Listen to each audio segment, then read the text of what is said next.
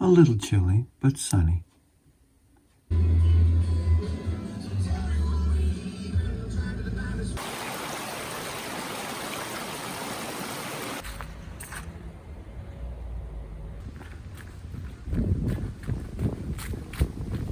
These are some of the few trails I can run in November because they go right through the middle of town, so there's no hunters.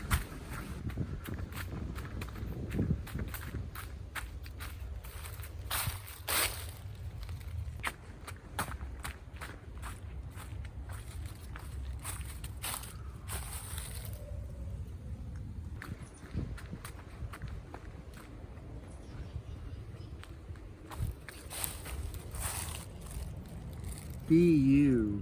We're gonna have to have a talk about that one.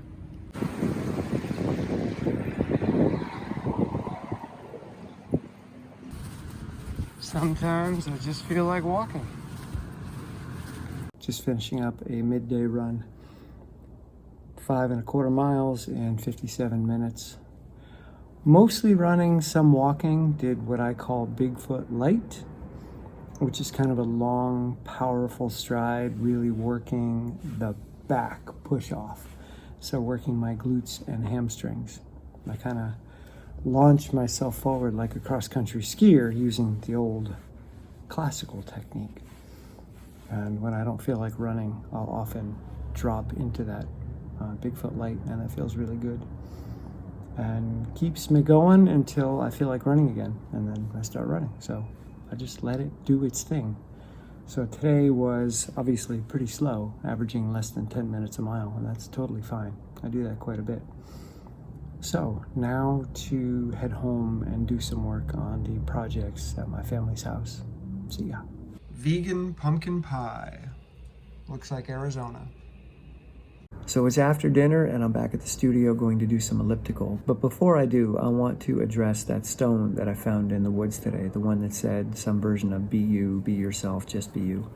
I forget the exact wording, but that's a message that I've encountered throughout my life, and it's often been directed at me because I have spent the vast majority of my life highly insecure, shy, terrified of other people, and always trying to accomplish things so that I would feel that I was enough to enter the conversation, to enter a relationship, to enter society at large. That I needed to not necessarily prove something. It wasn't that I was being dominant. It was that I just felt that I needed to achieve a certain level so that I wouldn't be attacked or excluded or ostracized, rejected. So when someone says be you or just be yourself, what they don't understand is that there are those with a secure attachment style, and that's something that forms in very, very early childhood, where your caregivers create a very strong foundation for you to explore from. So there's a lot of certainty provided for you as a developing child so that you don't have needs that are unmet, your cries are answered, etc. So the parents create this zone of safety, and that allows you to see the world as something to explore because you're exploring from this safe place that you can always come back to, home base. But for those people with an insecure attachment style, myself included, for whatever reason, and this is not to blame anyone, that's not what I'm doing here, but it just happens. Everybody's doing the best they can. For whatever reason, caregivers either don't know how to, don't have the time, etc., or they're terrified themselves. They don't know how to create that zone of safety. And yes, there are negligent people, I will grant that, but I don't think that's the majority of cases. I think most people are just overwhelmed and don't know what to do. So without that zone of safety for a child, the world seems uncertain. The world seems like a threatening place. The world isn't to be trusted. And when you come back to that home base, because you have to, you're a child, you've got to rely on somebody, you can't take care of yourself, you know that there's some degree of safety there. We'll call it the devil that you know. But it's better, even if it's not great, it's better than the devil that you don't know. So those that grow up in this insecure attachment style, they'll often seek out devils that they know. They'll often seek out relationships that are abusive, but it's abuse that they know. They recognize it, they can take it, they've learned how to take it, and it's not always abusive. Don't think I'm saying that. My parents were not abusive, but I have an insecure attachment style. So it's very difficult for me to go out and explore the world and to feel safe in a social environment. So I've done a great deal of work over the course of my life, but it's really been in the last 10 years that I've done the most transformative work. That's really allowed me to step outside of my identity, to step not as an identity, but to step as other aspects of being. And we have many aspects of being that are not related to identity. Anytime you're in a flow state, you're not anywhere near your identity. Identity shows up when you become self-conscious.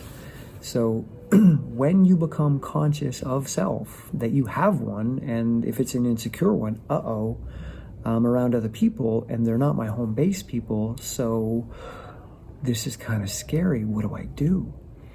And people often put on a show, they put on a mask, they get quiet, they withdraw. They do whatever they think in the moment is going to keep them safe.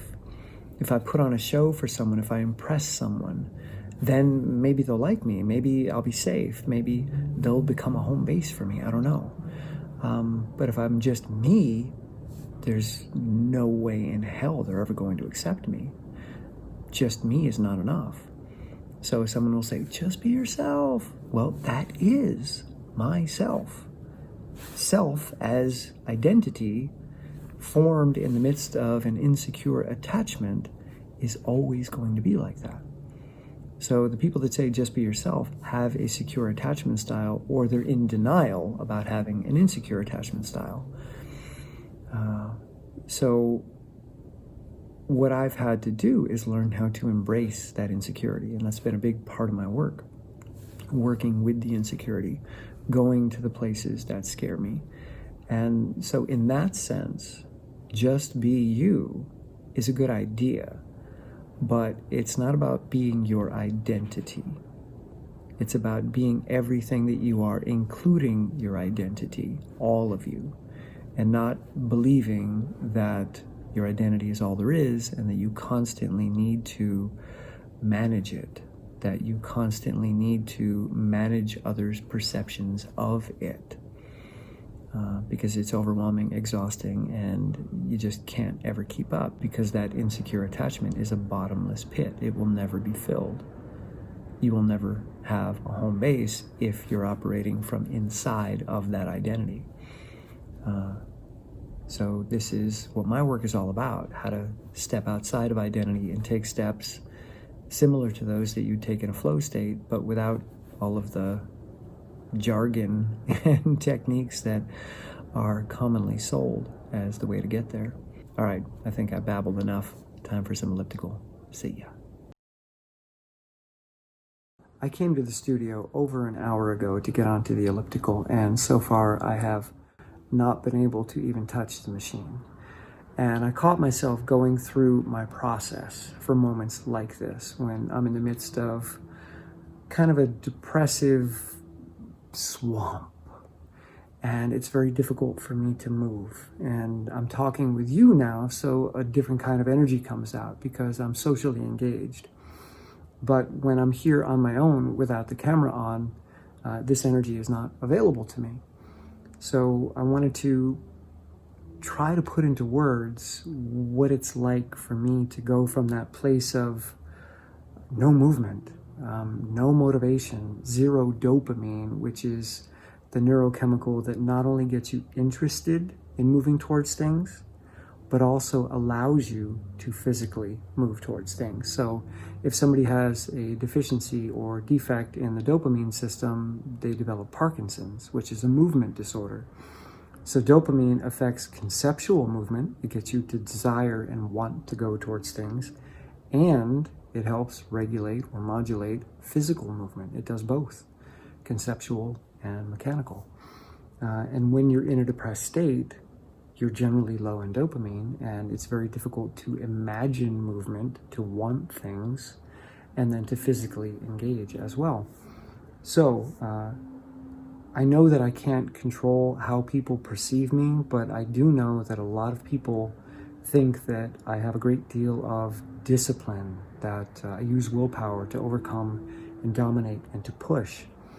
And while that might be true of me in the past, even in 2011 when I came up with the first Getting Started series, there was a lot of pushing, and there was a lot of suffering, and there was a lot of, come on! And I was much more like David Goggins at that point. And in my early life, like David and I were twins. But now the gatekeeping principle for me and everything that I do is that of gentleness. So whenever I feel the need to do something, or there's something that I should be doing that I'm not, I throw gentleness in front of myself and I take a look. Is there a way to gently engage in that activity? Is there a way to do it without force of will? And the answer almost always is yes, but it does take time. So for the past, hour and 20 minutes that I've been here, I've been slowly moving myself in the direction of the elliptical, but not with a ratcheted sense of progress, meaning, okay, I got this thing done, now I'm one step closer. Then I'm going to get this thing done, and I'm one step closer. That's not gentle, because I'm holding on to the big picture of where I am and where I want to go, and that's a lot of weight. It's a lot of pressure, and pressure's not gentle. So what I do instead is I allow my autopilot system to move me in that direction without consciously trying to attend to it or manage it. Just like driving, we don't need to consciously think about what we're doing when we're driving. It's autopilot now. It's been taken over by parts of the brain that don't need to cognitively attend in the moment. And that frees us up to attend to other things, but don't text and drive. That's not a good idea. Anyway, by putting this into my autopilot system, my body knows exactly what to do to get me onto that elliptical. It knows how to put shoes on. I wear a very thick-soled shoe from Ultra when I'm on the elliptical, otherwise my feet really hurt. And I wear a t-shirt, which I generally don't wear unless I'm on that machine. I put on a pair of shorts because it's cold in here. So I've got to get out of my comfortable, warm clothes and slowly get into clothing that is going to feel uncomfortable in this environment. But I do it gently. I don't force myself into it. I don't go Wim Hof and just jump into the ice bath. I dip my toe in. Why? Because I don't have the force of will. I don't have that ego energy at that point. It's just not available to me. So I don't even try. So what the process looks like is a really gentle conversation that doesn't even really involve words, more like images. I look at my shoes, and then I just spend some time looking at them, and then suddenly my body gets up and it goes over towards the shoes. And then I look at the shoelaces, I look at my feet, and then suddenly I'm touching the shoes, I'm touching my feet. I cleaned some stuff off of my socks. There was some, twig or something I stepped on, and I took that off, but I did it kind of sensually. And that's an important word there, because it is a very sensual experience. And ever so slowly, I got myself into this outfit, which is my elliptical outfit. And now I'm going to go through these curtains right here because they're really nice and soft. And what I'll do is I'll just fall forward into the curtains and I'll let them touch my face. And slowly they'll caress me as they open, and I'll pass through. And then I'll go over and I'll touch the handles of the elliptical machine. And I don't have to think about this. I don't have to will myself to do it. I just allow my body to do what it knows how to do because I've done it before. So it knows how to be gentle. It knows how to be sensual. It loves it. It wants to do these things. You don't have to tell a dog or train a dog to go chase something. It just wants to chase things. And I don't have to train my body to sensually engage with things. It just wants to do it. It loves it. So by kind of pointing it in a particular direction and then allowing it to play, suddenly I'm ready, I'm on the machine, and it's go time. but there was no discipline, there was no determination, there was no domination or conquering of anything or anyone. And the workout will happen. I don't know how long it's going to go, but that doesn't even matter. I'll go until my body doesn't want to go anymore. Could be half an hour, could be an hour and a half. We'll find out. Okay? All right, I'll see you later. I just finished an hour and 40 minutes on the elliptical to the movie Hubie Halloween, put out by Netflix, starring Adam Sandler, Maya Rudolph, Kevin James, Steve Buscemi, Rob Schneider, Shaquille O'Neal, and a lot of other people. It was dumb in an Adam Sandler kind of way, but it was a good grind film. That's a term that I use on Strava for my movie reviews. Being on exercise equipment is not fun for me. I call it a grind. But if I can watch a film or a TV show or YouTube videos that distract me and help me to forget about the fact that I'm on the machine, that works along with my gentleness approach. And this was a good grind film. Even though it's a dumb film, time passed. And before you know it, I looked down and it was 50 minutes. And then I'm like, oh, maybe I'll do an hour and 15. And then I looked down and it was an hour and 20. Ooh, maybe I'll do an hour and a half. Ooh, it's an hour and 33. And then suddenly I just finished the movie. So that's a good grind film, a film that makes you forget that you're working out. Even if it's a dumb film, I watch a lot of dumb films that I don't like, but for some reason I'm engaged enough, and that's all that matters. And that makes the experience, I don't want to say it makes the experience enjoyable, but it doesn't make it an experience that I want to avoid. That's what I'm really careful of here. I don't ever want to look at that machine as something I need to avoid.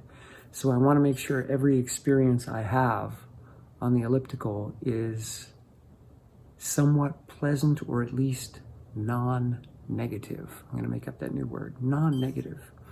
Not positive, but non-negative. Okay, I'm going home, going to bed. See you tomorrow.